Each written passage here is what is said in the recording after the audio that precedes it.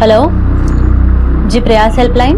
Hello जी बोलिए, हम सुन रहे हैं। हम आपकी क्या मदद कर सकते हैं? मैं सुसाइड नहीं करना चाहता, मेरे पास और कोई चारा नहीं है। बहुत बड़ी गड़बड़ कर दी मैंने। आप कहाँ से बात कर रहे हैं? नाम क्या है आपका?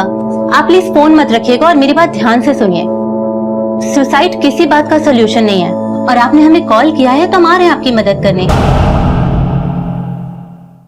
नमस्कार, आदाब। क्राइम पेट्रोल डायल 100 में आप सबका स्वागत है।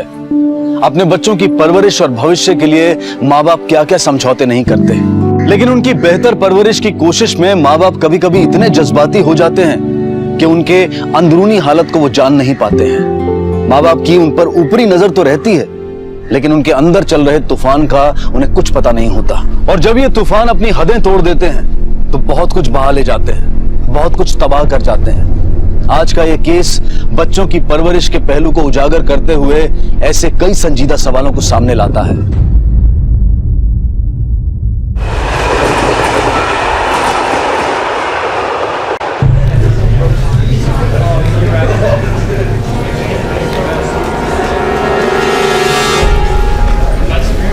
एक्सक्यूज मी, एक मिनट। एक्सक्यूज मी, ये देखिए, ये रहा केशव यादव 98.2%। अरे वाह भाई, फिर से टॉप मारा तूने। अब और भाई तुम्हारा? यहाँ चेक करने दे। ये देखिए रहा अभय यादव। क्या हुआ भाई?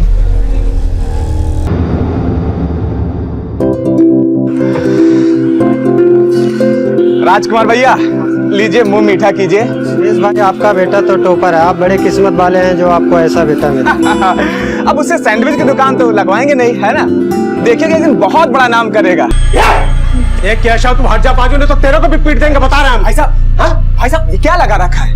बाहर तक आवाज आ रही, लोग सुनेंगे तो क्या कहेंगे? अरे सुनते तो सुने, हमको क्या करना है भाई? अरे तुम्हारा बेटा तो पास हो गया, तुम तो खुश हो। एक साथ डबल प्रमोशन लिया है और ये फेल हो गया। नालायक, इसको छोड़ेंगे नहीं आज। चप्पल। भाई साहब, इस तरह मार पीट करने से थोड़ा वो पास हो जाएगा। किसको पढ़ाएगा ना, उसको अच्छे नंबर से पास होगा। Hello hello, The number you have called is currently switched off.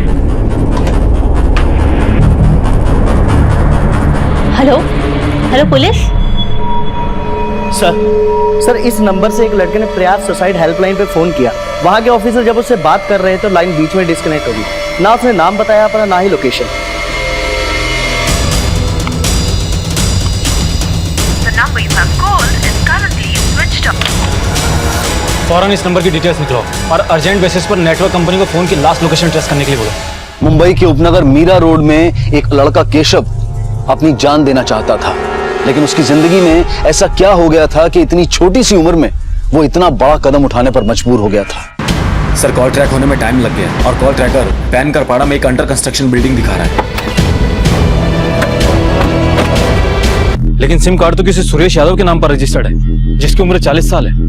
तो फिर ये हो सकता है वो नंबर इसके किसी जानने वाले के नाम पे रजिस्टर्ड है। सर, इसके पेट और पीठ पर कोई भी चोट का निशान नहीं है, लेकिन खून फिर भी है। और इसके नाखूनों में भी खून है। चलो ऊपर देखते हैं। तुम यही देखो।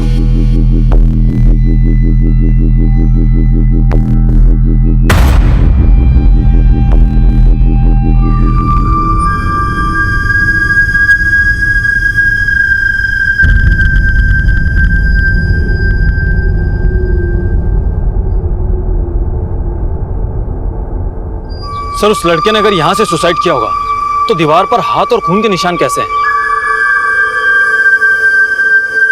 और सर, ये सब देखकर तो ऐसा लगता है कि सुसाइड करने से पहले उस लड़के के साथ में जरूर कुछ हुआ होगा, और हो सकता है कि उस लड़के के साथ में कोई और हो और उसी ने ही इस लड़के को धक्का दे दिया हो। आसपास अच्छे से सर्च करो, सब जगह देखो।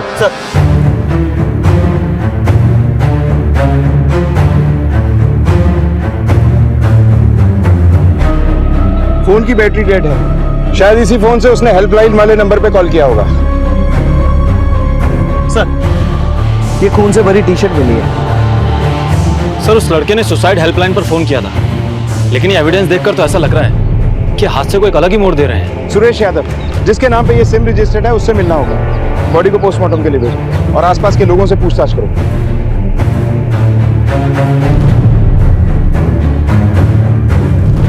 यहाँ 2 साल से काम बंद है। हम बगल वाले कंस्ट्रक्शन साइट पे काम करते हैं और बस हम 11 बजे तक ही यहाँ आते हैं सर। ठीक है, तुम जाओ। Okay sir. सर मैंने आसपास लोगों से पूछताछ की, किसी ने किसी को आते जाते नहीं देखा।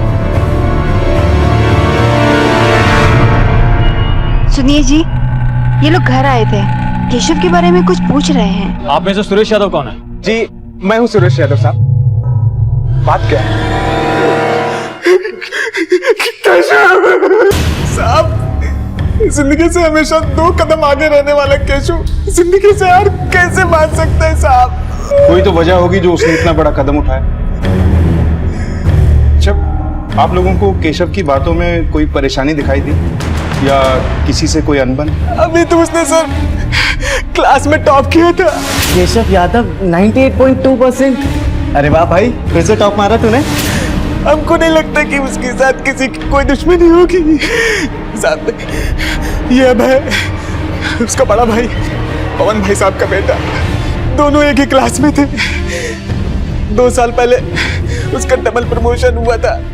अबे पिछले कुछ दिनों में तुमने केशव के मूड में कुछ बदलाव देखा था या कॉलेज में किसी से कोई दुश्मनी? नहीं सर, केशव ऐसा लड़का था ही नहीं कि जिससे कोई दुश्मनी कर सके। सर सबका दिल जीत लेता था वो। अच्छा, आखिरी बार कल रात को केशव को आपने कितने बजे देखा था? कल रात 9:30 बजे जब हम सब लोग खाना खा रहे थे। लो बेटा, ये गुलाब जामुन हम तुम्हारे लिए बनाए हैं गर्मा गर्म, खा लो। थैंक यू ताई। अच्छा, कल रात को केशव उस अंडर कंस्ट्रक्शन साइट पे क्यों गया था? सर वो हमारा अड्डा है, हम अक्सर वहाँ जाया करते थे टाइम पास करने के लिए और मन की बातें शेयर करने के लिए। अबे क्या केशव का कॉलेज में किसी से लड़ाई झगड़ा या कोई दुश्मनी थी या फिर उसकी कोई गर्लफ्रेंड? नहीं सर, केशव की कोई गर्लफ्रेंड नहीं थी।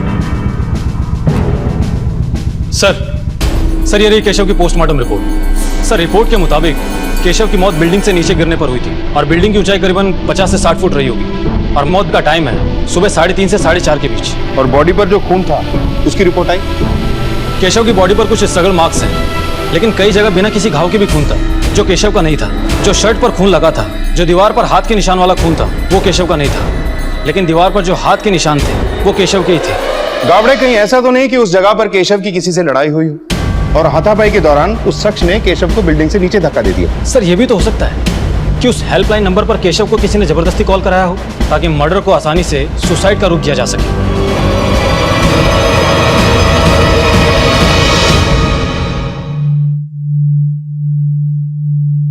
सर केशव के कॉल डिटेल से ये तो साफ है कि वो इतना ज्यादा किसी का टच में नहीं था, लेकिन उसकी फोन मेमोरी में कुछ अश्लील फोटोज और वीडियोस मिले। केशव के बारे में जितना जाना है उनसे ऐसा लगता तो नहीं कि वो इन सब बातों में था। और सर केशव के कॉल डिटेल्स के हिसाब से केशव रात को 1:30 बजे अपने घर से निकला था। हो सकता है वो किसी कॉल गर्ल से मिलने निकला हो या फिर उसकी कोई गर्लफ्रेंड हो जिसके बारे में कोई नहीं जानता। सर कहीं ऐसा तो नहीं कि केशव के घर वाले हमसे कुछ छुपा रहे हैं? हो सकता है। केशव के दोस्तों, उसके पड़ोसियों और उसके कॉलेज में पूछताछ करो, जरूर कोई ना कोई सुराग मिलेगा। Yes sir.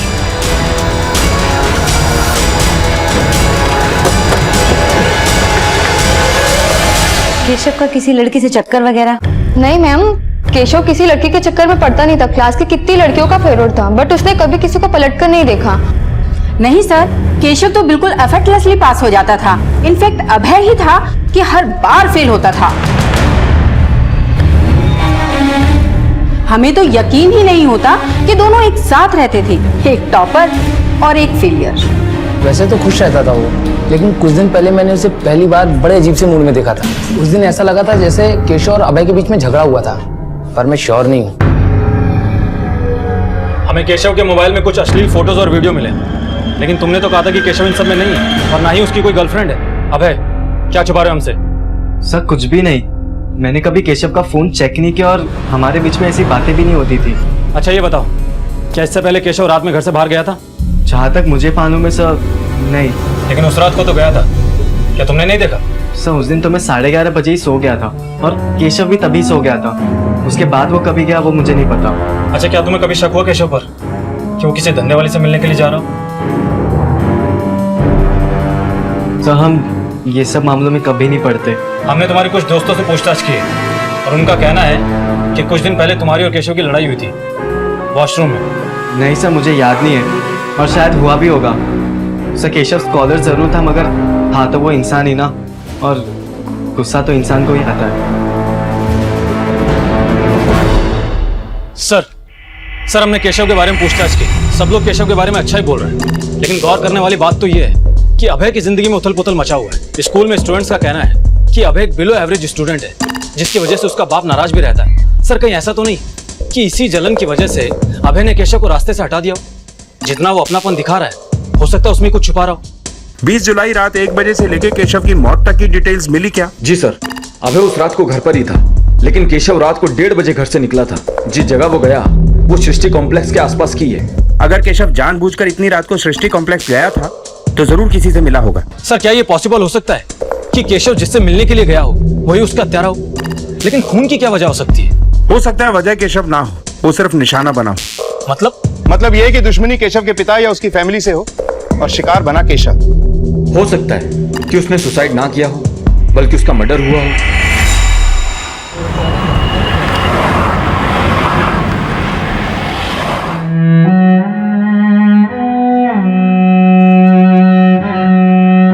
देवर जी कुछ खा लीजिए, कल से एक दाना भी नहीं खाए हैं।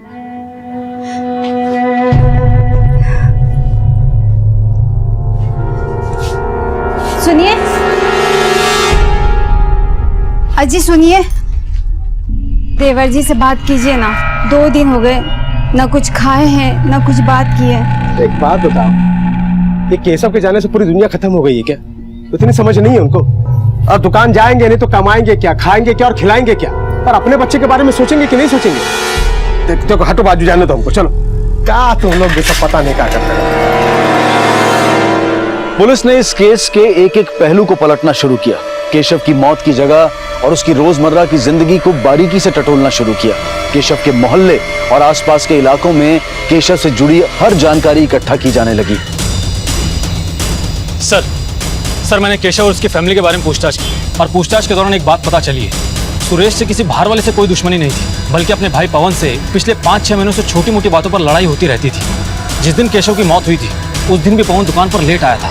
कहीं ऐसा तो नहीं कि इस सब में पवन का हाथ हो? अपने छोटे भाई सुरेश से अनबन रहती थी, अपने बेटे अभय से परेशान था, और इस सब की वजह कहीं ना कहीं केशव था, और इसीलिए इस खटास की वजह केशव बना है। कैसी लड़ाई साहब? देखिए साहब, किसी ने आपको गुमराह किया है।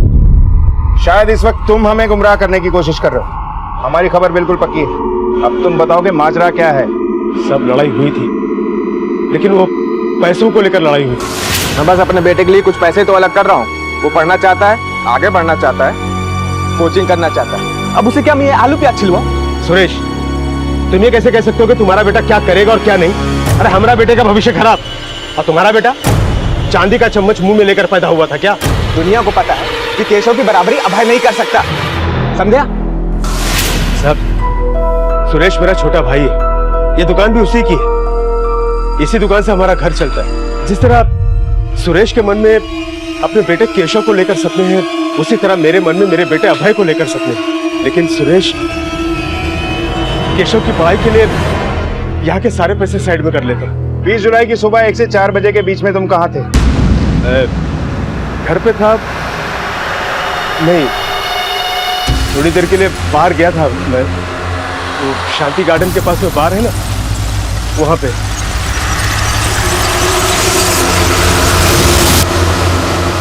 शांति गार्डन और सृष्टि कॉम्प्लेक्स दोनों एक ही लोकेलिटी में है, और इन दोनों एरियाज का सेलफोन टावर भी सेम ही है। कहीं ऐसा तो नहीं कि पवन उस रात बार में ना गया हो सकता है पवन का इरादा कुछ और ही हो। एक काम करो काबड़े, पता करो कि पवन उस रात बार में गया था या नहीं, और अगर गया था तो कितने टाइम तक रुका। Yes sir. पवन, सच क्या है? हमने बार में पूछताछ की, तुम वहां नहीं गए थे, और कॉल रिकॉर्ड के हिसाब से उस रोज तुम्हारी किसी से बातचीत हुई थी। सच बता दो, इतनी रात को कहां गए थे और क्या कर रहे थे? साहब, दरअसल हमने आपसे झूठ बोला। हम चाहते थे कि हमारा बेटा अभय अपने कंपार्टमेंट के रिटेस्ट में फेल होने से बच जाए, इसलिए हम उसके टीचर के पास गए थे मिन्नत से मदद करने के लिए कि कुछ भी ले दे के कैसे भी हमारे बेटे को पास कर दे, और वो माना नहीं। और हमको बाहर किसी से पता चला कि एक आदमी है जो पैसे लेकर पेपर लीक करा के बच्चों को पास करा देता है, उसी से बात किए थे, पर वहां भी पैसों पर बात बनी नहीं। आप चाहें तो उसका नंबर है हमारे पास में, आप उससे बात कर लीजिए और टीचर से भी बात कर लीजिए। कावड़े, चेक करो। हाँ सर, ये बात तो सच है कि पवन जी रात दिन मेरे पीछे लगे थे अभय को एग्जाम में पास कराने के लिए, लेकिन उनकी बहुत मेहनतों के बाद मुझे उन्हें उस आदमी का नंबर देना ही पड़ा। लेकिन शायद उनकी बात कुछ बनी नहीं। सर एक बात और, करीबन 1-1.5 महीने पहले केशव ने कुछ ऐसा किया था जिससे मैं चौंक गया था।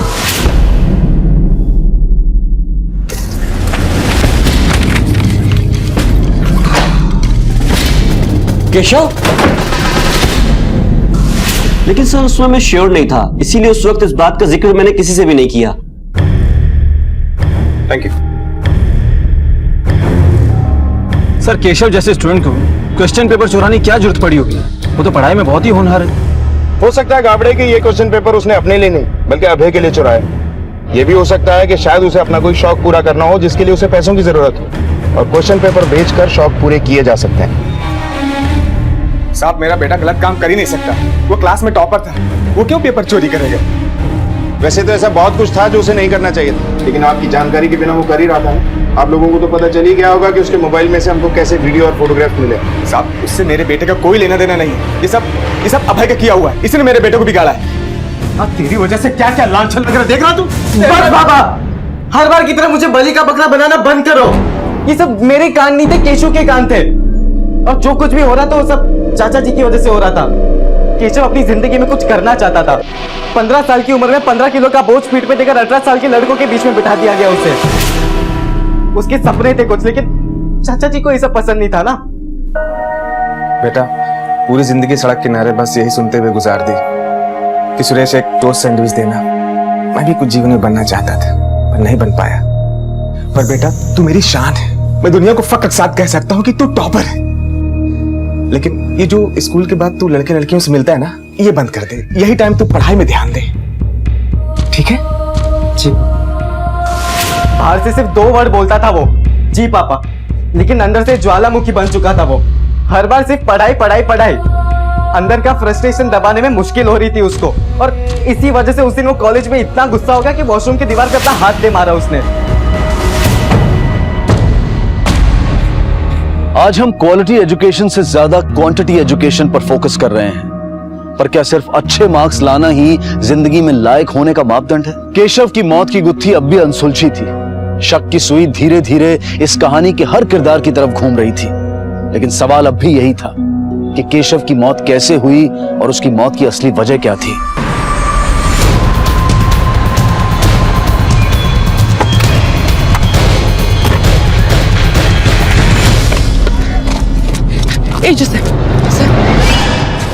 सर बॉडी को देखकर तो ऐसा लगता है कि 2 से 3 दिन पुरानी हो। इसकी पॉकेट चेक करो।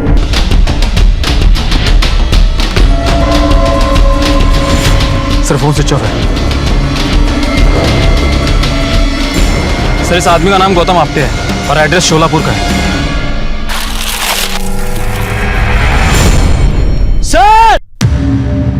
सर ये बाइक देखिए।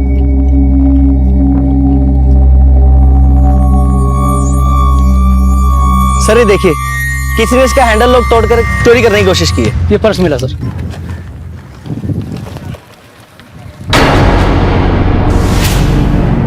सर ये तो अभय का है।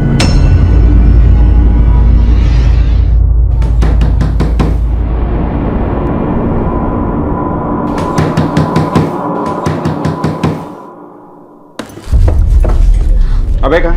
उसे फौरन बुलाइए, हमें उससे कुछ जरूरी बात करनी है। अभय तो घर पर नहीं है, कब का बाहर चला गया बगैर किसी को बताए। बात क्या है साहब? आप लोगों ने उसे फोन नहीं किया? उसका फोन छीन कर तुम अपने पास रख लिए थे। वो इधर है, ये देखिए, ये फोन है उसका। आपने ये फोन उससे कब लिया? 19 तारीख की रात को, उसके सोने से पहले। अरे दिन रात फोन में लगा रहता है और पढ़ाई में फेल होता रहता है, इसलिए छीन कर हम अपने पास रख लिए थे। तो सर इसी वजह से उस रात को इस फोन का लोकेशन यहाँ का बता रहा था। बात क्या है? अभय ने क्या किया है? मतलब आप उसको ढूंढ क्यों रहे हैं? अभी अभी हमें एक लाश मिली जिसकी कुछ ही दूरी पर ये वॉलेट और आईडी कार्ड मिला है। हमें शक है कि ये खून उसी दिन हुआ जिस दिन केशव की मौत हुई। खून? नहीं साहब, मेरा बेटा मस्ती कर सकता है। हाँ वो नंबर कम लाता है, लेकिन किसी को मार नहीं सकता साहब। ये बटुआ जरूर केशव लेके गया होगा। ऐसे कैसे इल्जाम लगा दी भाभी आप केशव पे? देखिए, इस घर के दोनों लड़के इस केस में इन्वॉल्व हैं। किसने क्या किया है उसका पता हम लगा लेंगे। फिलहाल हमें उनके कमरे की एक बार फिर से तलाशी लेनी। गावड़े। Yes sir.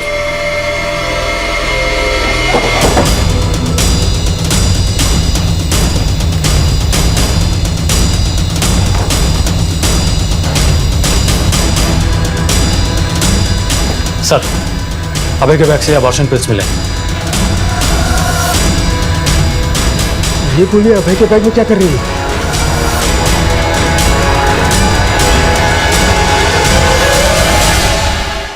सर, क्या अभय का किसी लड़की के साथ में चक्कर हो सकता है जिसे उसने प्रेग्नेंट कर दिया हो? लेकिन एक बात समझ में नहीं आ रही, इन सबका केशव की मौत से क्या लेना देना हो सकता है? गावड़े, अभय के पिछले 6 महीने के कॉल रिकॉर्ड्स और लोकेशन डिटेल्स चेक करो। अगर उसकी कोई गर्लफ्रेंड रही होगी तो उसका नंबर अभय के कॉल रिकॉर्ड्स में जरूर होगा, और इस अभय की तलाश तेज करो। Yes sir. अरे घर के एक बेटे को तो हम पहले ही खो चुके हैं, और अब अभय भी पता नहीं कहाँ चला गया है। अरे गलती उन दोनों की नहीं है, गलती हमारी परवरिश की है। सर, ये रही गौतम की पोस्टमार्टम रिपोर्ट। गौतम के ऊपर जो हमला हुआ था उसके बाद इंटरनल ब्लीडिंग की वजह से उसकी मौत हुई, और उसकी मौत 20 जुलाई को रात को 1 से 2 बजे के बीच हुई है। गौतम और केशव की मौत के बीच में मुश्किल से 2 से 3 घंटों का फर्क है। ये महज एक कोइंसिडेंस नहीं हो सकता, जरूर कुछ ऐसा है जो अब भी हमारी आंखों के आगे आना बाकी है। सर, मैंने गौतम की फैमिली से कांटेक्ट किया था। वो लोग शोलापुर में रहते हैं। उनका कहना है कि पिछले हफ्ते ही गौतम घर आया था। लेकिन सर, गौतम की फैमिली अभय और केशव किसी को नहीं पहचानते। लेकिन सर, एक बात है, केशव की शर्ट पर और कंस्ट्रक्शन साइट की दीवार पर जो ब्लड हमें मिला था वो गौतम के ब्लड से मैच करते हैं। ये दवा तुम्हारे यहाँ की है? हाँ सर, ये दवा तो हमारे यहाँ की है। तुम्हें कुछ याद है ये दवा तुमने किसको बेची थी? ये तस्वीर देखो, शायद तुम्हें याद आ जाए। इन दोनों में से कोई नहीं आया था, पर एक आदमी आया था साइकिल से। स्केच बनवा सकते हो उसका? हाँ सर। इसका मतलब साफ है कि गौतम की मौत से अभय और केशव का कोई ना कोई कनेक्शन जरूर है। लेकिन ये पिल्स वाला चक्कर समझ में नहीं आ रहा। कहीं इस एंगल में किसी लड़की का ट्रायंगल तो नहीं? सर, ये भी तो हो सकता है कि अभय का किसी लड़की के साथ में चक्कर हो और गौतम ने उस लड़की के साथ में गलत किया और वो प्रेग्नेंट हो गई हो, और अभय ने गुस्से में आकर गौतम का खून कर दिया हो। गावड़े, हमें इस केस के हर एंगल को खंगालना होगा। 1 मिनट सर। हेलो, ठीक है सर, पता चल गया कि वो अबॉर्शन पिल्स किसने खरीदी थी। तुमने केशव को अबॉर्शन पिल्स लेके दी थी। अब बात को छुपाने का कोई फायदा नहीं। हाँ साहब, मैंने उसे दवा ला के दी थी। मेरे पास और कोई दूसरा रास्ता नहीं था उस बात को दबाने के लिए। ये लीजिए भाई साहब। पापा, मुझसे बहुत बड़ी गड़बड़ हो गई पापा। मेरी वजह से एक लड़की प्रेग्नेंट हो गई है। चल इधर आ, चल। क्या किया तुमने? ये बात किसी को पता नहीं चलनी चाहिए। जी पापा। हम लोग दिन रात मेहनत करके 2 वक्त का खाना जुटाने वाले लोग हैं। सोचा केशव का भविष्य खराब ना हो, इसलिए हमने अबॉर्शन की गोली उसको ला के दी। जाके उस लड़की को खिला दे और मामला यहीं दफन कर दे। मैं नहीं जानना चाहता कि वो कौन थी और ये सब क्यों हुआ। मैं नहीं जानता कि उसके बाद क्या हुआ। हम तुम्हारी बात पे भरोसा कैसे कर लें? हो सकता है तुमने केशव को मारा, क्योंकि उसने तुम्हारे सारे सपने चकनाचूर जो कर दिए थे। ये क्या कह रहे हैं साहब? मैं अपने बेटे को क्यों मारूंगा? मैं तो चाह रहा था कि उसका भविष्य ना खराब हो, इसीलिए मैं उसे इस मुसीबत से बचाना चाह रहा था। गावड़े, ये लड़की आखिर हो कौन सकती है जो अभय और केशव दोनों से कनेक्टेड थी? गौतम की मौत से इसका क्या लेना देना हो सकता है? और इन दोनों केसेस में कोई कनेक्शन है भी या नहीं? सर, केशव के रिकॉर्ड में तो किसी लड़की की परछाई भी नहीं दिखती। सर, मैंने अभय के लास्ट 6 महीने के कॉल रिकॉर्ड अच्छे से चेक किए हैं। उसमें एक नंबर ऐसा है जिससे पहले 2 महीने में अभय की लगातार बातचीत होती रही, लेकिन फिर अचानक से बंद हो गई। लेकिन सर 18 जुलाई से फिर से उस नंबर पे अभय की बातचीत शुरू हो गई। सर, इस बात पर हमारा पहले ध्यान नहीं गया था, क्योंकि अभय पर हमारा शक नहीं था। सर, मैंने नंबर की जानकारी निकाली है। ये नंबर किसी मधुकर अवस्थी के नाम पर रजिस्टर्ड है। उसका एड्रेस मीरा गांव है। ये लड़की कहीं वही तो नहीं जिसका केशव के साथ चक्कर था? सर, इस सवाल का जवाब तो अभय दे सकता है, लेकिन पता नहीं वो इस वक्त है कहाँ। अभय के घर वालों पे नजर रखो, वो अपने घर वालों से कांटेक्ट करने की कोशिश जरूर करेगा। Yes sir. तब तक ये जो लड़की है इससे मिल लेते हैं। Yes sir. केशव की गर्लफ्रेंड वाले एंगल ने अब इस केस को एक नया मोड़ दे दिया था। अभय अब तक पुलिस की गिरफ्त से दूर था। आखिर गौतम की हत्या क्यों हुई और उसका केशव, अभय और उस लड़की से क्या लेना देना था? क्या अभय ने ही गौतम को जान से मारा था, जिसके बाद वो डर के मारे छुपता फिर रहा था? केशव की मौत की पहेली को सुलझाने में पुलिस पूरी जी जान से लगी हुई थी।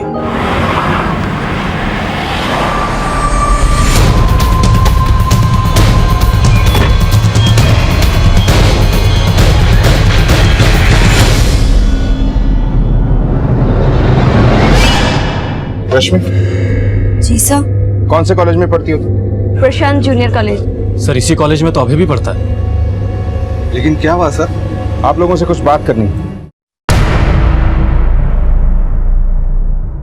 सर कैसी बातें कर रहे हैं आप? मेरी बेटी का ना किसी से अफेयर है, ना तो वो प्रेग्नेंट है। रश्मि, सच क्या है? सर वो केशव और अभय दोनों मेरे क्लासमेट्स हैं। केशव हमारी क्लास का टॉपर था सर। उसकी मौत का सुनकर बुरा लगा सर, लेकिन मेरी केशव से कभी कोई बात नहीं हुई है। और अभय? अभय से तो तुम्हारी बहुत बात हुआ करती थी। अभय मेरा दोस्त है, लेकिन हमारे बीच ऐसा कुछ भी नहीं है सर। इसे पहचानती हो? No sir. और आप? नहीं सर।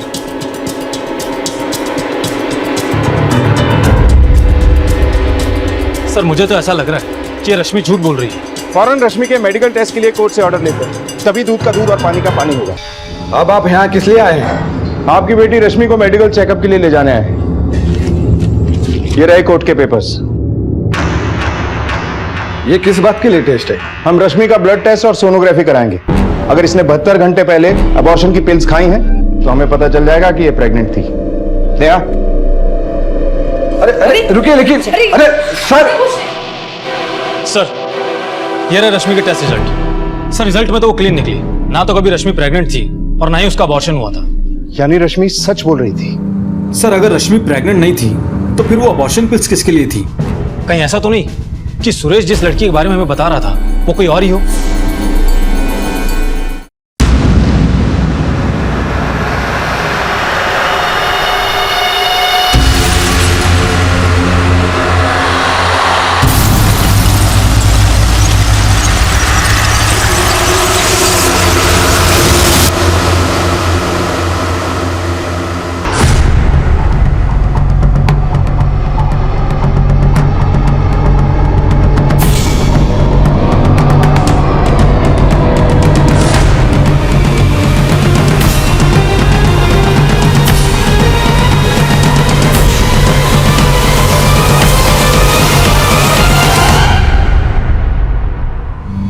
सर आपको मेरे बैग से जो अबॉर्शन के पिल्स मिले थे वो मेरी नहीं थी सर, वो केशव की थी।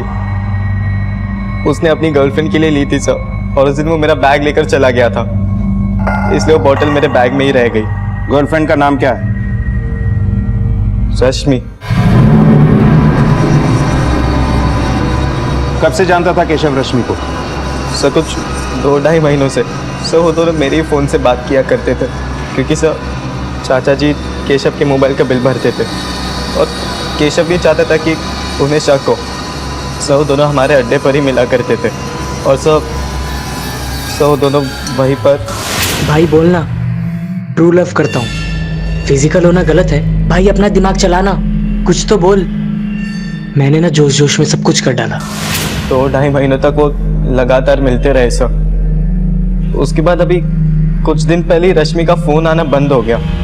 तभी केशव बहुत परेशान रहने लगा था सर, क्योंकि रश्मि कॉलेज भी नहीं आती थी। मुझे अचानक से रश्मि का फ़ोन आया।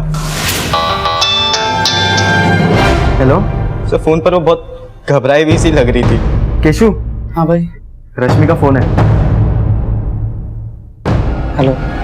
फिर जब केशव रश्मि से बात करने लगा तभी केशव भी अचानक से घबरा गया और तुरंत वहाँ से चला गया, ये बोलकर कि वो हॉस्पिटल जा रहा है। फिर से कुछ घंटों बाद जब केशव वापस घर लौटा तभी वो काफ़ी घबराया हुआ था सर। क्या हुआ केशव? भाई सब कुछ खत्म हो गया। हुआ क्या वो तो बता। रश्मि प्रेग्नेंट है। केशव ने बोला कि वो इस बारे में चाचा जी को नहीं बता सकता है। चाचा जी ने उसे पहले से ही कुछ पिल्स दे रखे थे और अगर वो चाचा जी को अबॉर्शन के बारे में फिर से बताता तो चाचा जी बहुत गुस्सा करते सर। तो तुम लोगों ने सोचा कि बाइक चोरी करके बेचोगे और उसी से पैसों का इंतजाम करोगे?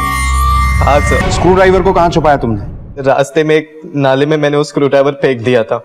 फिर वहां से मैं घर चला गया, पीछे के दरवाजे से अंदर जाकर चुपचाप से सोने का नाटक करने लगा। क्या गुजरी होगी केशव पर? कितना होनहार स्टूडेंट था और एक जरा सी गलती से उसने अपनी जिंदगी खत्म कर ली। सर टेस्ट के हिसाब से तो रश्मि प्रेग्नेंट नहीं थी, लेकिन अभय के हिसाब से रश्मि प्रेग्नेंट हुई थी। ये माजरा गले से नीचे नहीं उतर रहा।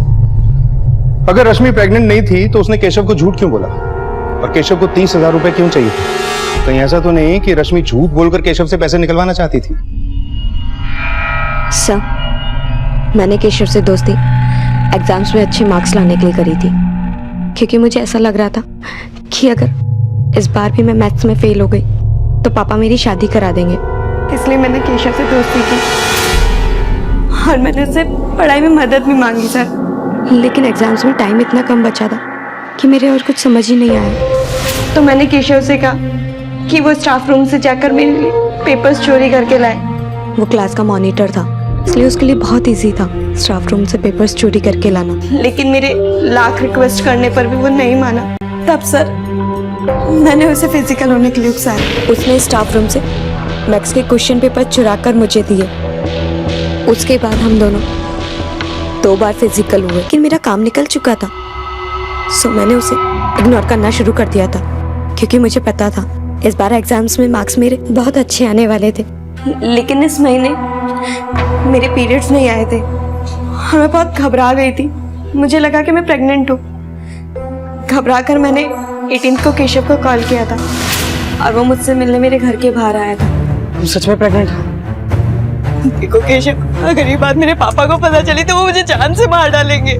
केशव प्लीज कुछ करो। मैं क्या कर सकता हूँ इसमें? तुम प्लीज कोई मेडिसिन ले लो ना। मैं इस प्रॉब्लम में तुम्हारे चक्कर में फंसी हूँ और तुम ही पीछा छुड़ा रहे हो। और अगर एक बात सामने आई तो फिर सारी बातें सामने आ जाएगी। सबको पता लग जाएगा कि पेपर्स तुमने लीक किए थे और फिर तुम्हारी इमेज कुछ नहीं रहने वाली। नहीं, मैं कुछ करता हूँ। तुमने इस बारे में अपनी माँ से डिस्कस क्यों नहीं किया?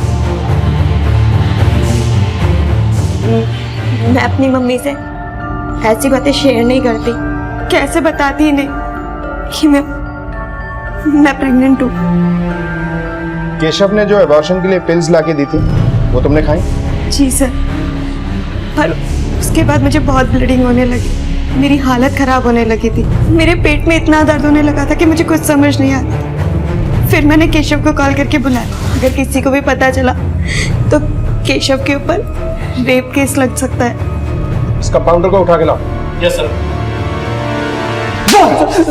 हमारा मत बताता था, सब कुछ बताता। साहब वो बच्चे बहुत डरे हुए थे। मुझे लगा पैसे कमाने का अच्छा मौका है और साहब उस लड़के को खून भी आ रहा था। इसका मतलब वो प्रेग्नेंट तो थी नहीं। मैंने उन लोगों को उल्लू बनाया और 30,000 रुपए मांगे, पर वो लोग वापस नहीं आए साहब। मैं सुसाइड नहीं करना चाहता, मेरे पास और कोई चारा नहीं है। बहुत बड़ी गड़बड़ कर दी मैंने। तुम उनके लिए बहुत इम्पोर्टेंट हो और अगर तुम ही नहीं रहोगे तो उनकी तो सारी दुनिया उजड़ जाएगी। हाँ, आप ठीक कह रही हैं। सर, क्या केशव ने आउट ऑफ गिल्ट सुसाइड किया होगा? गाबड़े, मुझे अब भी ऐसा लग रहा है कि इस केस से जरूर कुछ मिसिंग है। 1 मिनट के लिए एज्यूम करो कि केशव ने सुसाइड नहीं किया बल्कि उसको मारा गया, क्योंकि इस हेल्पलाइन वाली की बातों से केशव कन्विंस लग रहा था। तो फिर ऐसा कौन हो सकता है जिसने केशव की हत्या की? सर, रश्मि उस रात को अपने घर पर ही थी। केशव के फैमिली के सभी लोग भी सुसाइड के टाइम पर घर पर ही थे। तो फिर केशव को मारने कौन जा सकता है?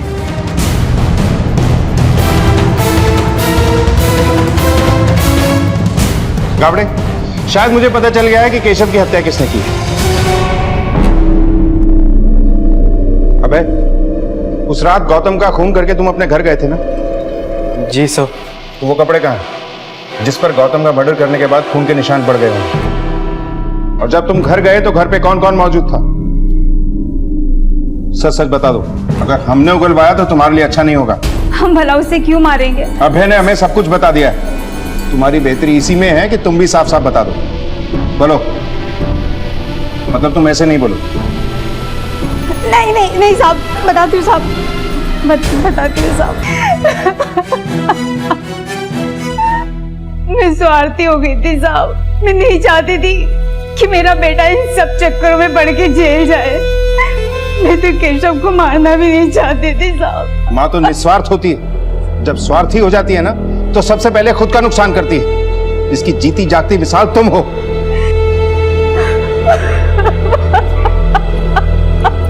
जब रिश्तों में स्वार्थ हावी हो जाए तो अंजाम बुरा ही होता है। निरुपा ने अपने बेटे को बचाने के स्वार्थ में केशव की बलि चढ़ा दी।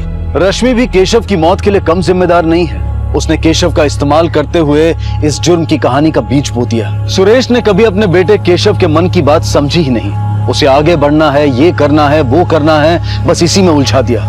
और नतीजा ये हुआ कि केशव ने इस भंवर से उभरने के लिए मौत को ही गले लगा लिया। एक गलती को सुधारने के चक्कर में केशव और अभय एक और गलती कर बैठे और उनके हाथों कत्ल जैसा संगीन जुर्म हो गया। निरुपा और सुरेश अपनी परवरिश के गुमान में ही रहे। उन्होंने अपने बच्चों के साथ कभी ऐसे संबंध ही नहीं बनाए कि वो खुलकर अपनी बात उनसे कह सकें। याद रखिए, बेहतरीन परवरिश वो है जहां आप अपने बच्चों की क्षमता को देखते हुए उन्हें अपना पूरा सहयोग देते हैं। आपका प्यार, आपका सहयोग उन्हें विचलित नहीं होने देगा, हताश नहीं होने देगा, उन्हें सही रास्ते से भटकने नहीं देगा। इसी विचार के साथ अब मैं अनूप सोनी आपसे विदा लेता हूं। फिर मुलाकात होगी अगले एपिसोड में एक और चौंका देने वाले केस के साथ। तब तक अपना और अपने परिवार का ख्याल रखें और देखते रहें क्राइम पेट्रोल डायल 100। सबक एक को, सीख हम सबको। जय हिंद।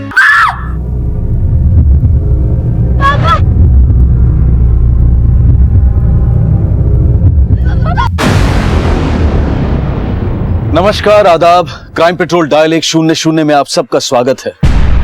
बारात में होने वाली हवाई फायरिंग से जुड़ा यह हादसा नया तो नहीं होगा। बारात में होने वाले अजीबोगरीब जश्न भी देखे सुने होंगे, लेकिन इस बारात में नया ये था कि घोड़ी पर दुल्हा नहीं दुल्हन थी। और अगर एक दुल्हन घोड़ी पर बैठकर बारात लेकर जाए तो ये अजीब ही कहलाएगा। माना कि जिंदगी में नयापन देने के लिए रस्मों में दिल की खुशी घोल दी जाए तो गलत नहीं है, लेकिन दूसरों की खुशी को हादसों में बदलने वाले गलत ही कहलाते हैं। अपनी बेटी पल्लवी की बारात ले जा रहे पिता जयशंकर ने शायद ये सोचा भी नहीं होगा कि खुशी से झूमते हुए उनका सीना छलनी हो जाएगा। क्या ये महज एक हादसा था, या वो किसी गैर इरादतन हमले का शिकार हुए थे, या फिर वो पहले से ही किसी के निशाने पर थे?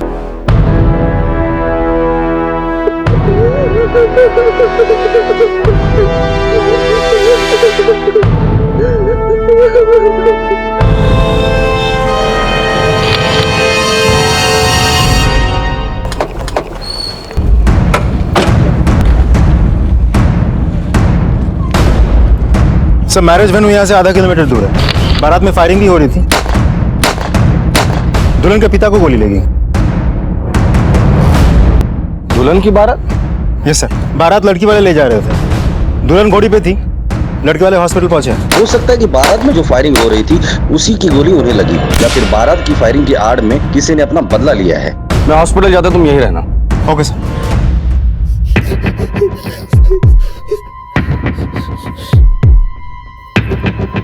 अविनाश, अविनाश, देखो ना पापा को क्या हो गया। उनको किसी ने गोली मार दी।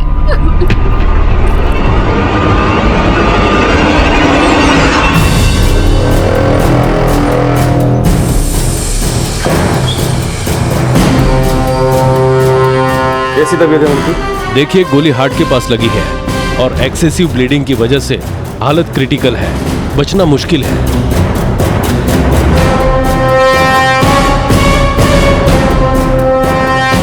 प्रसाद, जयशंकर पे जिसने गोली चलाई है वो दोबारा हमला कर सकता है। 24 घंटे आईसीयू के बाहर ही खड़े रहना।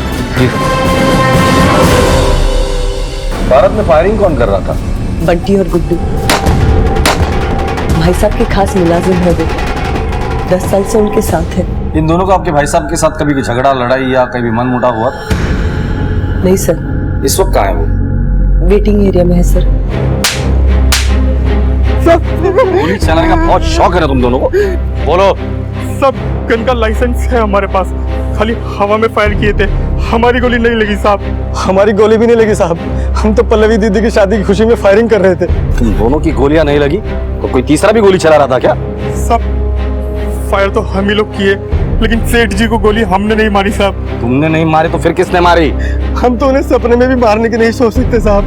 पब्लिक प्लेस में फायरिंग करना कानूनन जुर्म है। इनके राइफल जब्त करो और बैलिस्टिक जांच के लिए भेज दो, और जांच का रिपोर्ट जब तक नहीं आता तुम दोनों हमारे सस्पेक्ट हो। गाड़ी में बिठाए ना।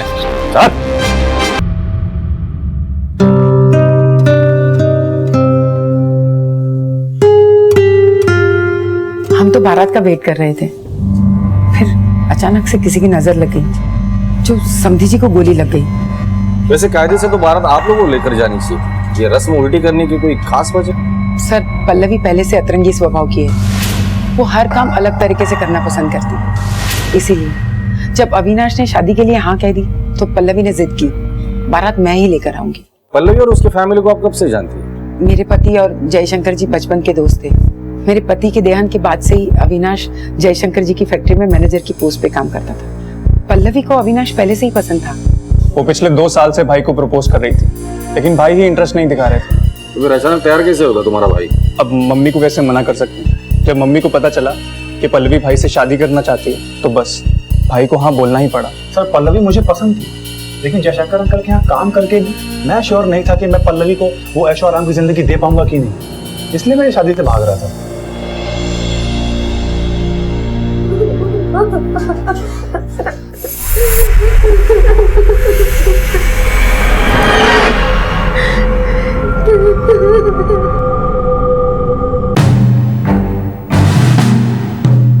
सर ये रहा बंटी और ये गुड्डू, दोनों के हाथ में गन्स है, लेकिन तीसरा तो दिख नहीं रहा। पूरी फुटेज में उन दोनों ने फायरिंग हवा में ही की है, लेकिन जिस दिशा से गोली चली है ये तय है कि किसी ने दूर से बंदूक चलाई है। लेकिन फिर भी बैलिस्टिक रिपोर्ट आने का इंतजार करो। सर अब तक ये माना जा रहा था कि पल्लवी के पिता जयशंकर पर हुआ हमला हवाई फायरिंग की हुड़दंग करने वालों की चूक से हुआ था, लेकिन कई बार अपनों के जश्न में गैर भी शरीक होते हैं। बेगानी शादी में अब्दुल्ला दीवाना, ये काफी मशहूर कहावत है। लेकिन इस शादी में ऐसा कौन अब्दुल्ला था जिसने पल्लवी के पिता पर गोली दाग दी?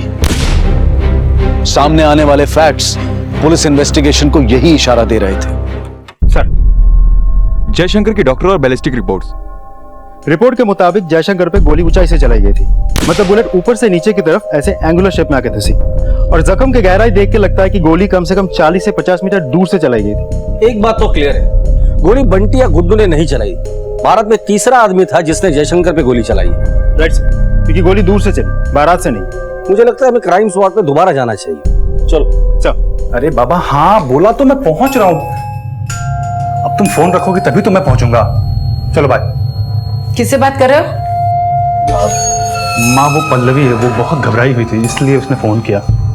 हाँ मगर तुम जा कहाँ रहे हो? माँ वो फैक्ट्री जा रहा हूँ क्योंकि बहुत सारे ऑर्डर्स पेंडिंग पड़े हुए हैं। फैक्ट्री तो तुम जाओगे ही, लेकिन पल्लवी और उसके परिवार वालों को तुम्हारी जरूरत है। आखिर तुम उस परिवार के होने वाले दामाद हो।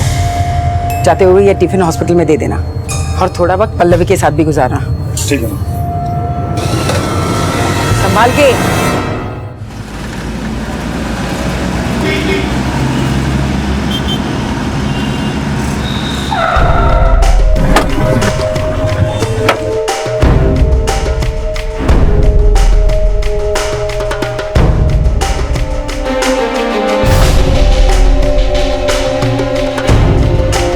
विनय वहां खड़े रहना।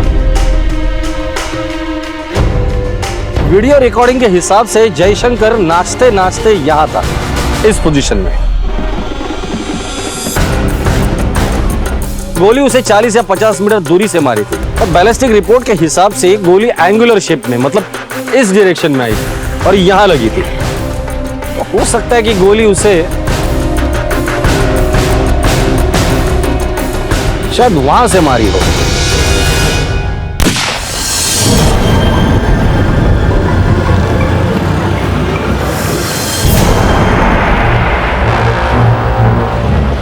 गोली यहीं कहीं से चलाई होगी, यहीं कहीं से चलाई होगी। सर इतने डिस्टेंस से शूट तो कोई प्रोफेशनल शूटर ही कर सकता। कहीं ऐसा तो नहीं कि जयशंकर को मारने के लिए किसी ने सुपारी दी थी? ये सुपारी ही दी गई है, अब सिर्फ ये पता करना है कि जयशंकर को मारना कौन चाहता था। खबरियों को काम पे लगा दो, पता करो कि जयशंकर को मारने की सुपारी किसने ली थी। और हाँ, तब तक मैं जयशंकर के घर वालों से मिलता, पता तो चले जयशंकर को मारने का मोटिव किसके पास था।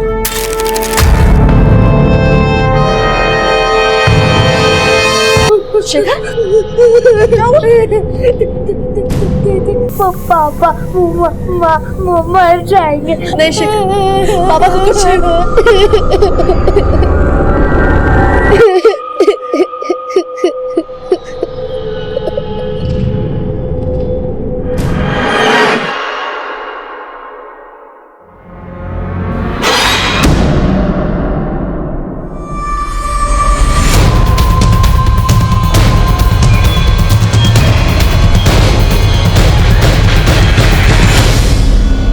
जयशंकर जी की किसी के साथ कोई दुश्मनी थी? कोई दोस्त, रिश्तेदार या कोई बिजनेस में कोई दुश्मन? दोस्ती रिश्तेदारी में तो ऐसा कुछ नहीं दिखता। काम का तो पता नहीं। काम से जुड़े दुश्मन को तो शायद अविनाश ही सबसे अच्छा जानता होगा। नहीं सर, हमारे क्लाइंट लिस्ट में तो ऐसा कोई भी नहीं जिसकी अंकल से कोई दुश्मनी हो। हाँ है ना मेरे पापा की दुश्मन। कौन? मेरी बुआ। बुआ मतलब केतकी? जी, पापा की लाडली बहन। आपको ऐसा क्यों लगता है कि केतकी आपके पापा को मारना चाहती है? क्योंकि सर वो जैसी दिखती है वैसी है नहीं। मतलब? सर, शेखर की प्रीमेच्योर डिलीवरी हुई थी और जन्म के वक्त कुछ कॉम्प्लिकेशंस की वजह से मेरी मम्मी की डेथ हो गई। शेखर बचपन से ही बीमार रहता था और उसे संभालते संभालते बुआ का टाइम निकल जाता था। सर, तब मैं 10 साल की थी। पापा काम में बिजी रहते थे और बुआ शेखर को संभालने में, और यही एक रीजन है जिसकी वजह से उन्होंने शादी नहीं की, जिसलिए पापा हमेशा बुआ को दया की मूर्ति मानते थे। लेकिन रस्म के वक्त ये खुशियां मेरी जिंदगी में भी आ सकती थी, लेकिन आया बना के रख दिया मेरे भाई ने मुझे। खैर, अब इस पल्लवी को जाने दो, फिर देखना शेखर को अपनी जिंदगी से कैसे हटाती हूँ मैं। और सिर्फ शेखर को नहीं, मेरे भाई को भी चुन चुन के बदला लूंगी। सुन, किसी को नहीं छोड़ूंगी मैं। बुआ,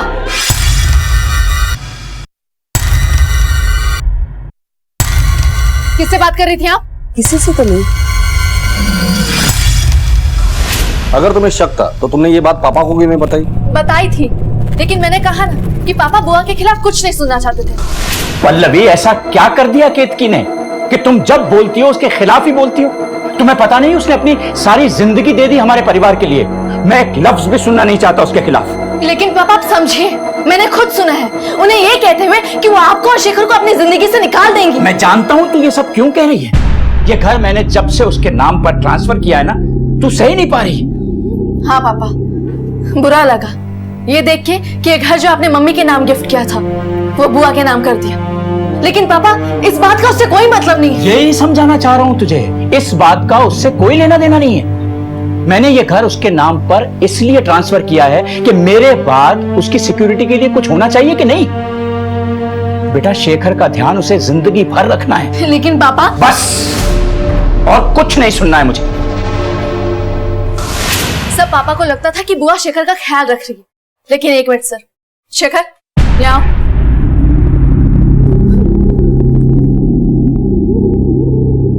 ये देखिए सर। बेटा, ये चोट कैसे लगी तुम्हें? गिर गया था। गिर गए थे या बुआ ने गिराया था?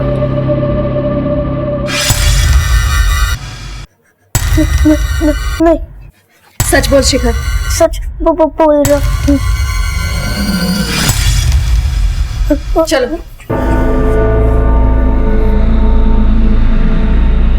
पल्लवी की बातों का मैं बुरा नहीं मानती सर। बिन माँ की बच्ची है वो। भाभी के डेथ के बाद शेखर की वजह से मैं कभी उसे टाइम ही नहीं दे पाई। क्या हुआ बेटा? क्यों रो रहा है तू? क्या हुआ आज तुझे? दूध पीना बेटा। बुआ, ये समझाइए ना मुझे। बेटा, तुझे देखो, बच्ची को देखिए, घर पे संभालूं मैं। पल्लवी, क्या ये तुम फिर से फेल हो गई? क्या हो रहा है?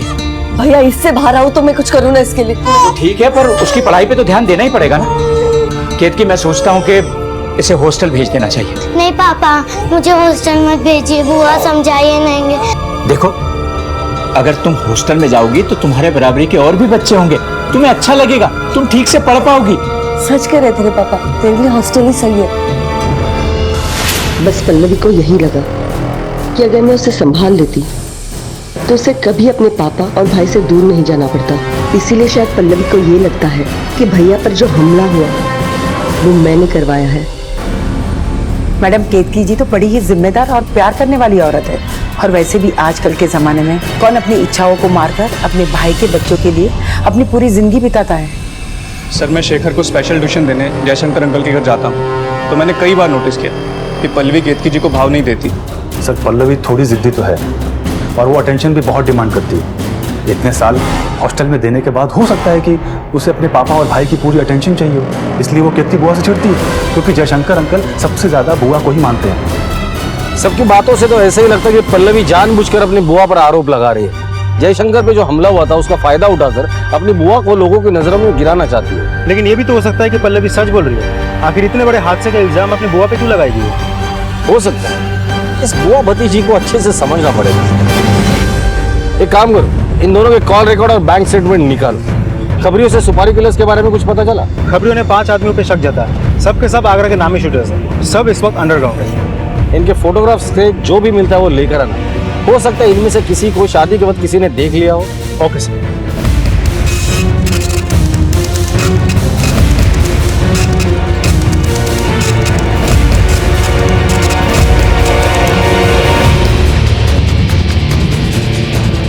इस बात का भी अंदाजा लगाया जा रहा था कि जयशंकर पर हुआ हमला कहीं कॉन्ट्रैक्ट किलिंग से तो नहीं जुड़ा हुआ है, इसलिए हत्या करने वाले के साथ साथ हत्या की साजिश रचने वाले के भी सुराग ढूंढे जा रहे थे।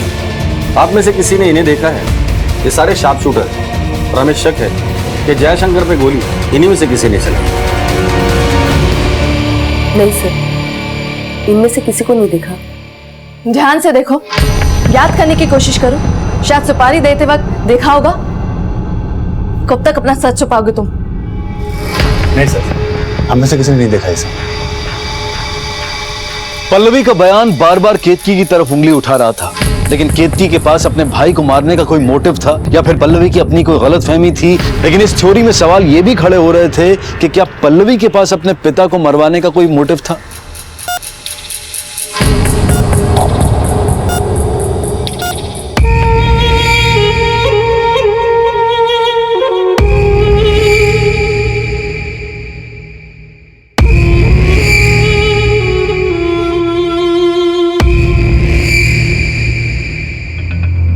डॉक्टर साहब, तबीयत कैसी है अभी उनकी? He is out of danger, improvement भी दिख रहा है। क्या मैं उनका स्टेटमेंट ले सकता हूँ? अभी नहीं, 3 से 4 दिन बाद। ठीक है, जरा आपसे बात करनी थी।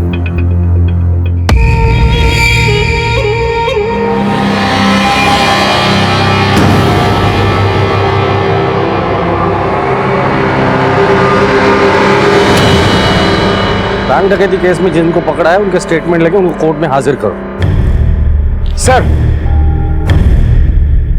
पल्लवी और केतकी दोनों के कॉल रिकॉर्ड में एक भी नंबर ऐसा नहीं है जो कि सस्पिशियस है, लेकिन दोनों के बैंक स्टेटमेंट में काफी कैश विड्रॉल के ट्रांजैक्शंस है। मैंने पूछा तो दोनों ने बताया कि शादी के लिए पैसे निकाल रहे थे।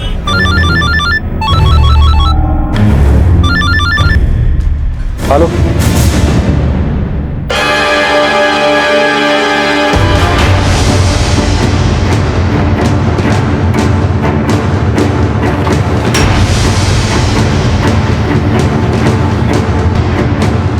ये कैसे हो गया? सर, हमें ब्लड टेस्ट से पता चला है कि बॉडी में जहर था और हमारे हॉस्पिटल स्टाफ को इस बात की कोई जानकारी नहीं है कि जहर आया कहां से।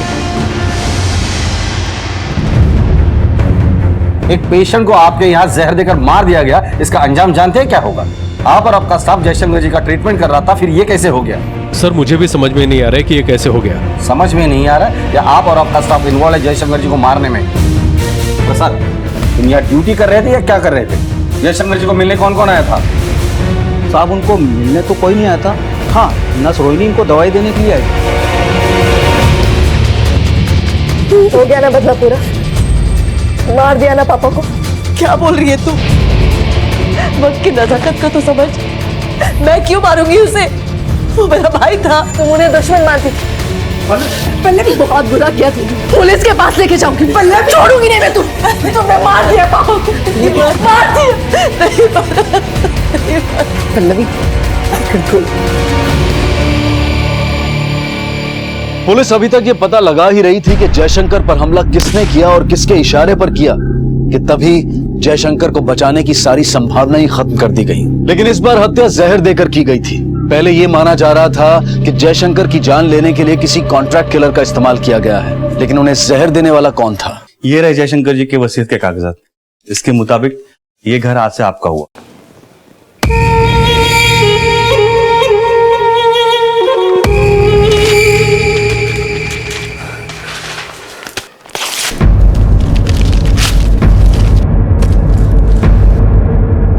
पहले पापा को मरवाया, अब तू मेरी माँ का घर लूटना चाहती है। तुझे पापा ने 25% का हिस्सेदार क्या बना दिया? तू सब कुछ ले लेगी, लेकिन मैं देखती हूँ कि तू अपना हक कैसे जमाएगी। तुझे छोड़ूंगी नहीं मैं।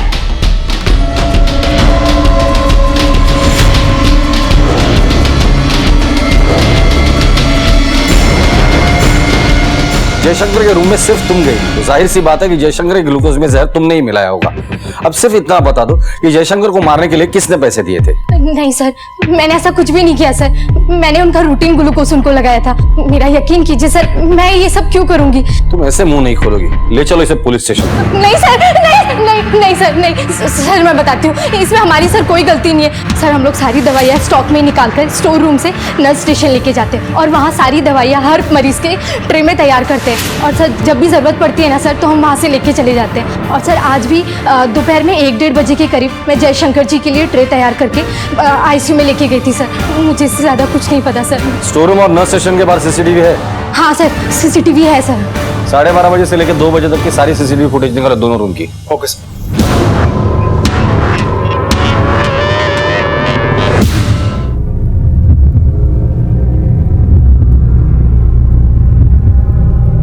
खाना, अरे खा।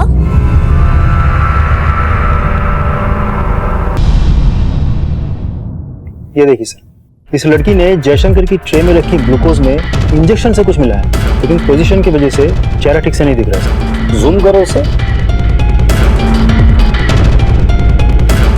हॉस्पिटल के बाकी CCTV फुटेज देखते हैं, किसी न किसी कैमरा में उसे जरूर कैप्चर किया होगा।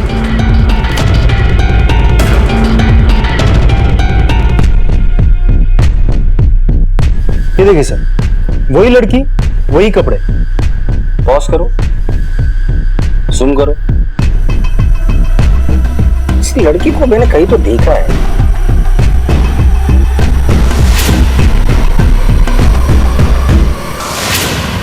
यस, इस लड़की को मैंने बारात वाली वीडियो में देखा था।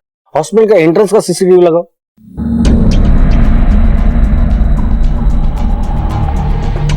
ये बात किससे कर रही है? जूम करो। सर ये तो अविनाश है। अगर इस लड़की ने जयशंकर की दवाइयों में जहर मिलाया है और ये अविनाश से बात कर रही है, इसका मतलब अविनाश और ये लड़की मिले हुए हैं। पुलिस के सामने तहकीकात के 3 पहलू थे। वो कौन था जिसने जयशंकर पर हमले का मास्टर प्लान तैयार किया था, और इस हमले के पीछे उसका मकसद क्या था, और वो गायब हुई लड़की कौन थी जिसने जयशंकर को जहर दिया था। The number you have dialed is currently unavailable. Please try again later.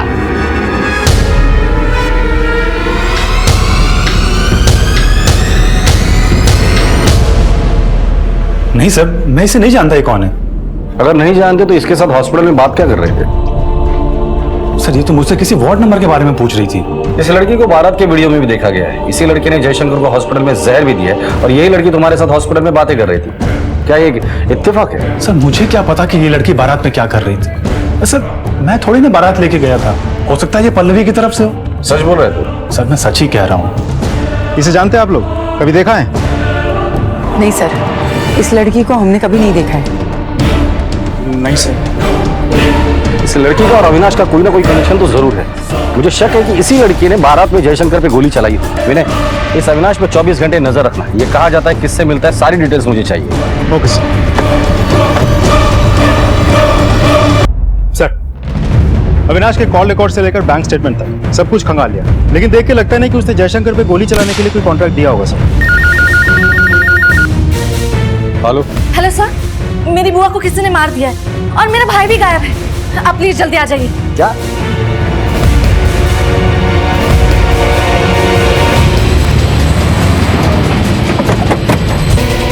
Sir मैं 2 घंटे के लिए फैक्ट्री गई थी। जब घर लौटी तो बुआ की ऐसी हालत थी।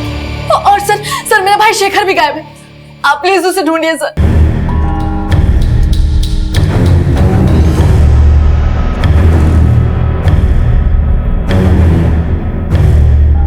सर ये तो तेल की बोतल है।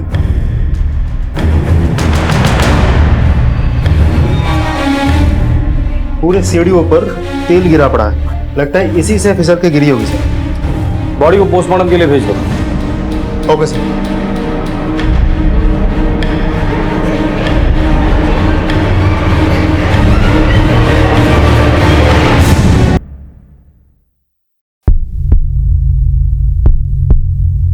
शेखर क्या हुआ था?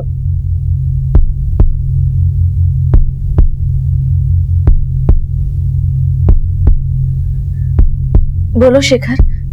बोलो। मैंने बुआ को मारा क्योंकि वो दीदी को मारने वाली थी। सर कहीं ऐसा तो नहीं कि पल्लवी ने ये सब कुछ किया है और फिर उसी ने हमें फोन किया ताकि उस पर शक ना जाए? वैसे भी तो केतकी को लेकर वो परेशान रहती थी। ऐसा भी हो सकता है। इस पल्लवी के कॉल रिकॉर्ड निकालो और लोकेशन पता करो और फैक्ट्री में जाके पता करो ये वाकई फैक्ट्री में गई थी या नहीं गई। ये भी हो सकता है कि जयशंकर और केतकी की मौत के पीछे पल्लवी का ही हाथ हो। Okay sir.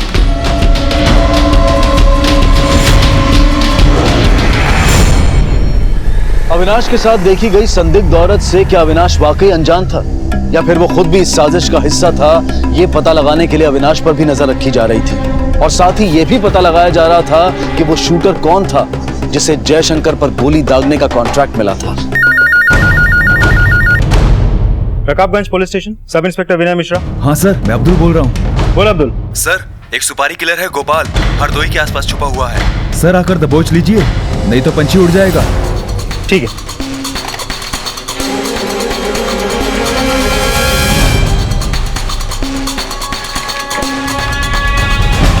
सर, इसका नाम गोपाल है, फरीदाबाद का है, हिस्ट्री शीटर है। जिस रात जयशंकर पे गोली चली थी आखिरी बार इसे आगरा में देखा गया था और उसी रात से ये अंडरग्राउंड है। सर खबरों का ये भी कहना है कि फिलहाल ये हरदोई के आसपास का छुपा हुआ है और भागने के फिराक में है। शहर से बाहर जाने वाले हर चेक पोस्ट में इसकी फोटो सर्कुलेट कर दो। मुझे किसी भी हाल में हिस्ट्री शीटर गोपाल चाहिए। Sir excuse me. Hello. Hello sir, जो सीसीटीवी फुटेज वाली लड़की है वो अविनाश के साथ है अभी। ओके सर, कांस्टेबल प्रसाद का कॉल। बोल रहे अविनाश और सीसीटीवी फुटेज वाली लड़की दोनों को एक साथ राजा मंडी में देखा गया। उठाकर लेकर इन दोनों को। Yes sir.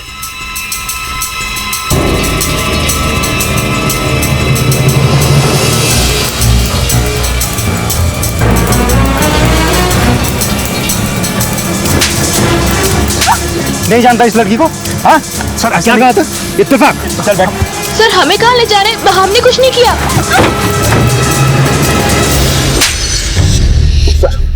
सीधे से मुंह खोलेगा या खातिरदारी कराऊं तेरी? सर मैं सच कह रहा हूं, मैंने कोई खून नहीं किया है सर। बता, तेरा और सालेहा का क्या रिश्ता है? सर, सालेहा मेरी वाइफ है। एक बात बता रे, तू क्या सर्वधर्म समभाव का ब्रांड एम्बेसडर है क्या? पल्लवी तेरे लिए बारात ला रही थी, सालेहा से तूने कोर्ट में शादी की। कोई और भी है क्या जिसके साथ तूने चर्च में शादी की?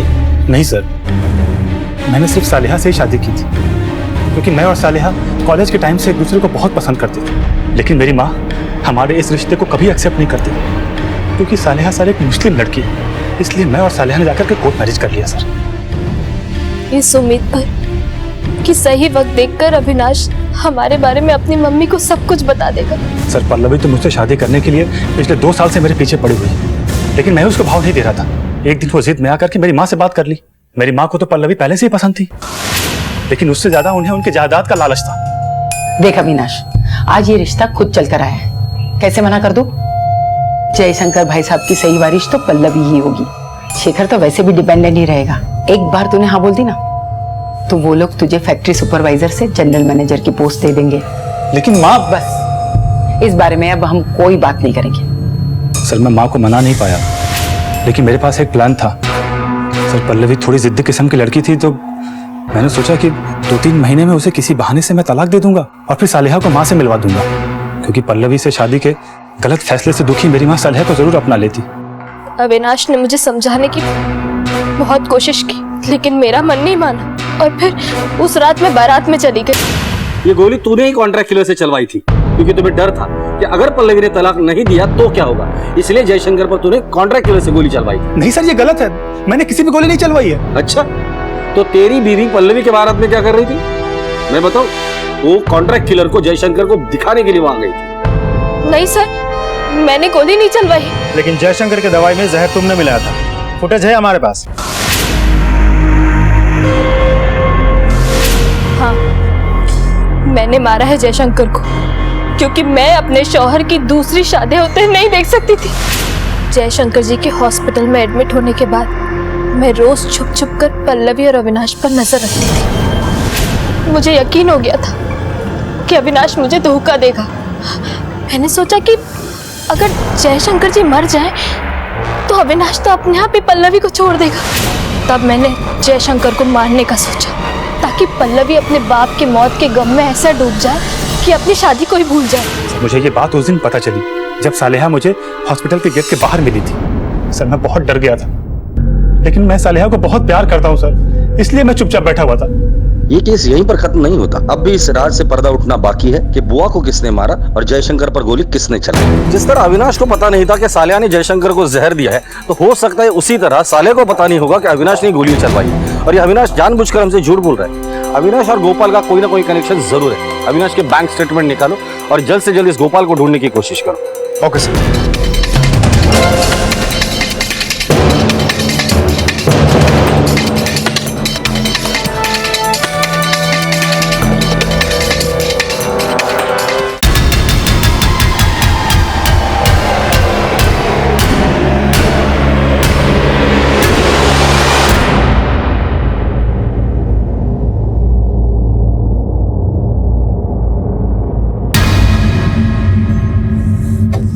मुझे तुझसे ये उम्मीद नहीं थी। आज तेरी वजह से मेरे पापा नहीं रहे। तूने मुझे इतना बड़ा धोखा दिया। ऑलरेडी शादीशुदा है तो हिम्मत करता, बता देता मुझे। इतना प्यार किया तुझे, क्या कमी थी मुझ में? लेकिन तूने धोखा दिया है मुझे, धोखा।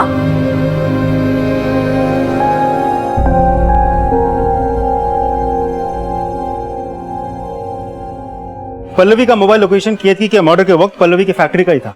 पल्लवी के फैक्ट्री का स्टाफ ने इस बात की पुष्टि की है कि उस वक्त वो अपने फैक्ट्री में ही थी। सर पोस्टमार्टम रिपोर्ट के हिसाब से केतकी की मौत शाम के 4 से 5 बजे के बीच हुई थी। और हैरानी वाली बात यह है कि सीढ़ियों से गिर के सर पे चोट लगने की वजह से मौत नहीं हुई थी सर, मौत हुई थी सफोकेशन की वजह से। इसका मतलब उसे गला घोट कर मारा गया? यस सर, किसी चीज से दबा के सांस रोक के उसे मारा गया। और ये काम शेखर का नहीं हो सकता। सर उससे भी ज्यादा चौंका देने वाली बात तो ये है कि केतकी 3 महीने से प्रेग्नेंट थी। क्या? इसका मतलब केतकी के जिंदगी में कोई तो था। और ये पल्लवी जो बार बार हमें केतकी के बारे में बोल रही थी वो शायद सच हो सकता है। हाँ है ना मेरे पापा की दुश्मन। कौन? मेरी बुआ, क्योंकि सर वो जैसी दिखती है वैसी है नहीं। इस गुत्थी को सुलझाने के लिए हमें शेखर की मदद लेनी थी, क्योंकि वही उसके करीब था और उसी के साथ रहता था। रिमांड होम में बात करके शेखर के लिए साइकियाट्रिस्ट की अरेंजमेंट करो। सर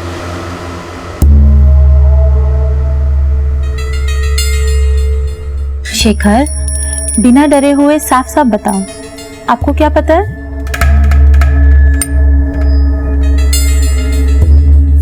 बोलो बेटा, देखो यहाँ पे कितने सारे लोग हैं आपके पास, बताओ।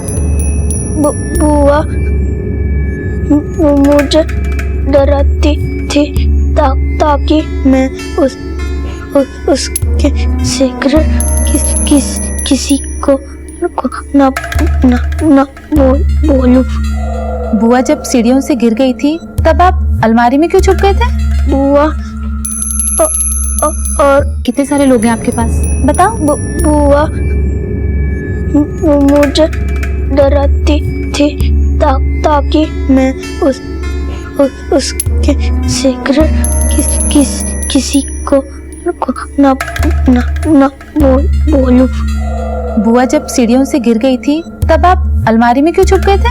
बुआ और वो मुझे अलमारी में बंद कर देती थी। बुआ और कौन? आज हम ये चैप्टर पढ़ेंगे, ठीक है? देखो 3 + 8 लिखो यहाँ पर। अब लिखो 4 + 5।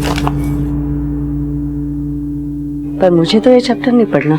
Doctor thank you very much. चलो आवा।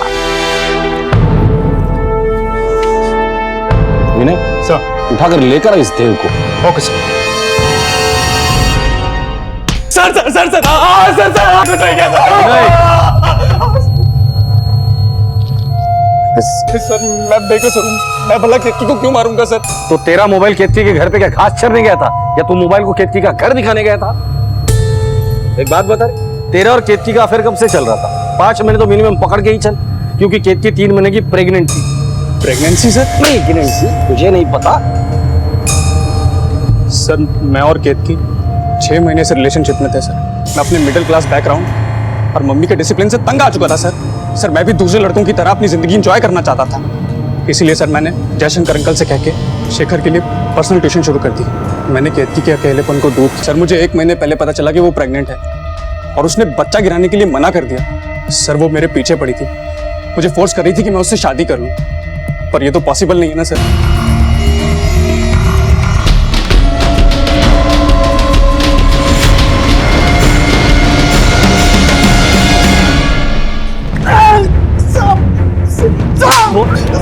बोल किसने दी सुपारी? साहब एक औरत ने दी थी सुपारी, लेकिन मैं उसका नाम नहीं जानता साहब। किसने दी थी सुपारी? नहीं साहब, ये तो वो औरत है जिसको मारना था। क्या? इसको मारने की सुपारी मिली थी? हाँ साहब, उस रात गोली तो मैंने इसी पे चलाया था, लेकिन मेरा निशाना चूक गया और उस आदमी को लग गई, इसलिए मैं आगरा छोड़ के भाग गया था साहब। नाम बताओ उस औरत का। वो तो नहीं पता साहब। इन दोनों में से कोई थी? ये थी साहब।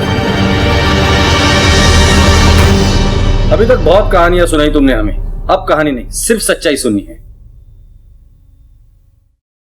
हल्दी वाले दिन। अच्छा सुन, मैं तुझसे बाद में बात करती हूँ। शेखर क्या हुआ? शेखर तू रो क्यों रहा है? प्लीज मत जाओ, बुआ मुझे मारेंगे। सर मैं बुआ से बात करने जा रही थी कि मैंने उन्हें किसी से बात करते हुए सुना। मुझे बुआ की प्लानिंग पता चल गई थी। मैंने पापा से बात करने की बहुत कोशिश की, लेकिन वो मेरी बात सुनने को तैयार ही नहीं थे। हो सकता है कि शुरुआती टाइम पे बुआ सीधी होंगी, लेकिन इस बार तो उनके ढंग ही बदल गए थे। लेकिन मैं उनके इरादों को पूरा नहीं होने देती। इससे पहले कि बुआ मेरे परिवार को कुछ नुकसान पहुंचाती, मैंने सुपारी किलर गोपाल को हायर किया। बुआ को मारने के लिए उसे पैसे दी, लेकिन बुआ बच गई और पापा। बुरा सोचोगे तो बुरा ही होगा पल्लवी। इंसान बुरा नहीं होता, उसकी सोच बुरी होती है। अगर तुम्हारी सोच अच्छी होती ना, तो आज तुम्हारे पापा और बुआ दोनों जिंदा होते।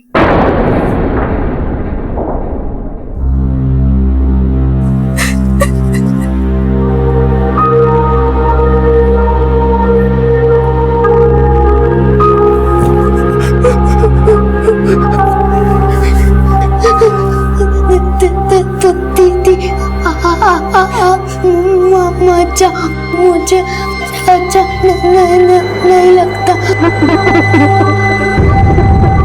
हम हमेशा उम्मीद करते हैं कि हमारे बच्चे अपनी हर बात हमसे शेयर करें, लेकिन जब उनकी बातों को नजरअंदाज किया जाता है तो वो अक्सर ऐसे कदम उठा बैठते हैं जैसा कि पल्लवी ने उठाया। माना कि पल्लवी और शेखर हमेशा मां के प्यार से वंचित रहे, लेकिन जयशंकर ना अच्छे पिता बन पाए, बल्कि अपनी बहन केतकी की हताशा की वजह भी बने, जिसने केतकी को उसके बच्चों को यातना देने के लिए उकसाया।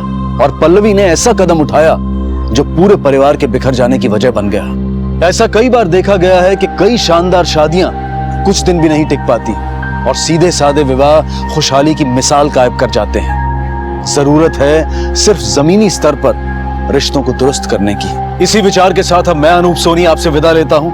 फिर मुलाकात होगी अगले एपिसोड में एक और चौंका देने वाले केस के साथ। तब तक अपना और अपने परिवार का ख्याल रखें और देखते रहें क्राइम पेट्रोल डायल 100। सवा के एक को सीख हम सबको। जय हिंद। इस तरह के और भी एपिसोड देखने के लिए हमारे चैनल को सब्सक्राइब करें और बेल आइकन दबाना ना भूलें।